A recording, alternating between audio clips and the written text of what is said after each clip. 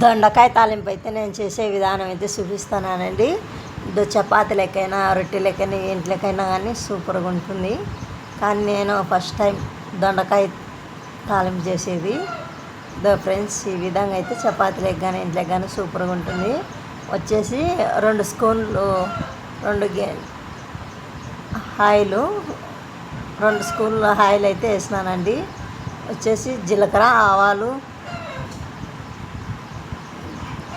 పచ్చి మిరపకాయలు, వచ్చేసి ఉద్దిబ్యాళ్ళు, శని బ్యాళ్ళు కొద్ది తగినన్ని వేసి కొద్దిగా కరివేపాకు వేసి ఈ కొద్ది మగ్గనిచ్చి పచ్చిమిర్చి వచ్చేసి ఆనియన్స్ 4 ఎర్రగడ్డలు అయితే నేను తరుక్కున్నానండి చిన్న చిన్నగా.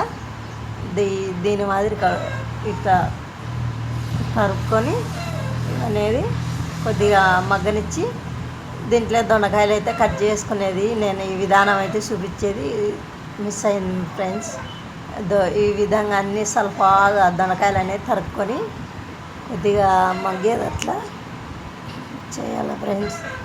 చూడు, ఈ విధంగా కొద్దిగా మగ్గినాక ఇట్లా మగ్గనిచ్చుకొని చూడు ఫ్రెండ్స్, ఈ విధంగా కొద్దిగా మగ్గినాయి కదా, మళ్ళీ ఒకసారి ఇట్లా కొద్దిగా ఉప్పు కానీ కొద్దిగా పసుపు కానీ వేసుకుంటే ఇంకా తొందరగా అంటే మగ్గుతాయండి. నేను కొద్దిగా పసుపు,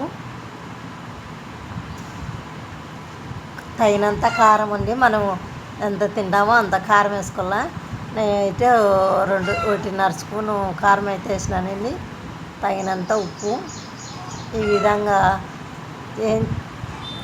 వేసి ఈ పచ్చాసినంత అయ్యే వరకు అట్లా అంతా ముక్కలకి అంత కారం ఉప్పు పట్టేది అట్లా వేయించి 15 నిమిషాలు అయితే మూత పెట్టుకోవాలండి. ఇట్లా చూడు, నేను మగ్గేది కానీ చూపిస్తాను. సో ఫ్రెండ్స్, ఇట్లా మగ్గినాక కొద్ది వాటర్ వేసుకొని, మనకి ముక్కలు అనేది మగ్గింటాయి కదా, కానీ కొద్దిగా వాటర్ వేసుకొని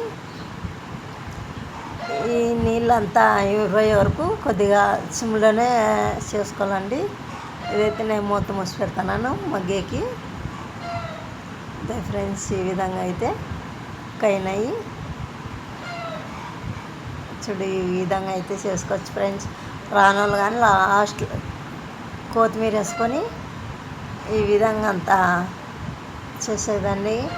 ప్రాసెస్ అయిపోయిందండి. చూడు ఫ్రెండ్స్, ఈ విధంగా నేను ఎవరైనా దొండకాయలు అంటే అయ్యో ఎట్లా చేస్తారో ఏం కడతా అనుకుంటే చాలా ఈజీ అండి. నచ్చితే లైక్ చేయండి, షేర్ చేయండి ఫ్రెండ్స్. ఈ విధంగా చపాతీలకైతే సూపర్గా ఉంటుందండి. మేము ఎప్పుడు చేయలే కదా, ఇదే ఫస్ట్ టైం. లైక్ చేయండి, షేర్ చేయండి ఫ్రెండ్స్, కామెంట్ పెట్టండి ఫ్రెండ్స్.